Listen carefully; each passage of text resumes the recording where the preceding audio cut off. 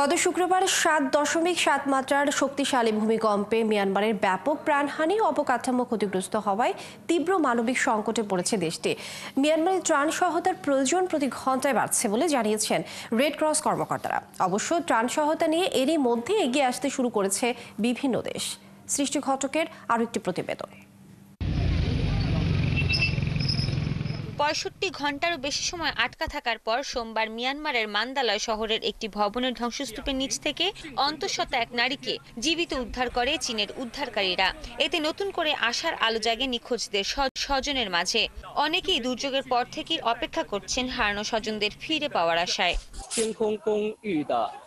বিদেশি উদ্ধারকারী দলগুলো মিয়ানমারের দ্রুততার সাথেই উদ্ধার কাজ পরিচালনা করছে। মিয়ানমার রেড ক্রস জানিয়েছে, স্বেচ্ছাসেবকরা প্রাথমিক চিকিৎসা প্রদান করছে এবং কম্বল, ত্রিপল ও স্বাস্থ্য সামগ্রীর মতো জরুরি সহায়তা বিতরণ করছে।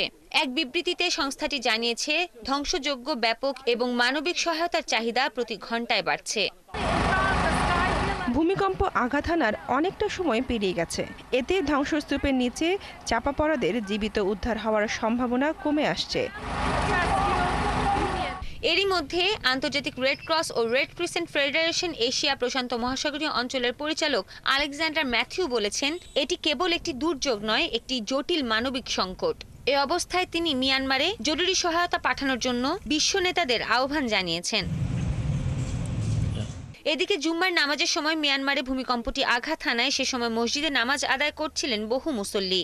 এ ভূমিকম্পে মসজিদ ভেঙে অন্তত ৭ শতাধিক মুসল্লির মৃত্যুর খবরও নিশ্চিত করেছে কর্তৃপক্ষ। হাজারো মানুষের মৃত্যুতে দেশটিতে সপ্তাহব্যাপী জাতীয় শোক ঘোষণা করা হয়েছে। সৃষ্টি ঘটক, ৭১।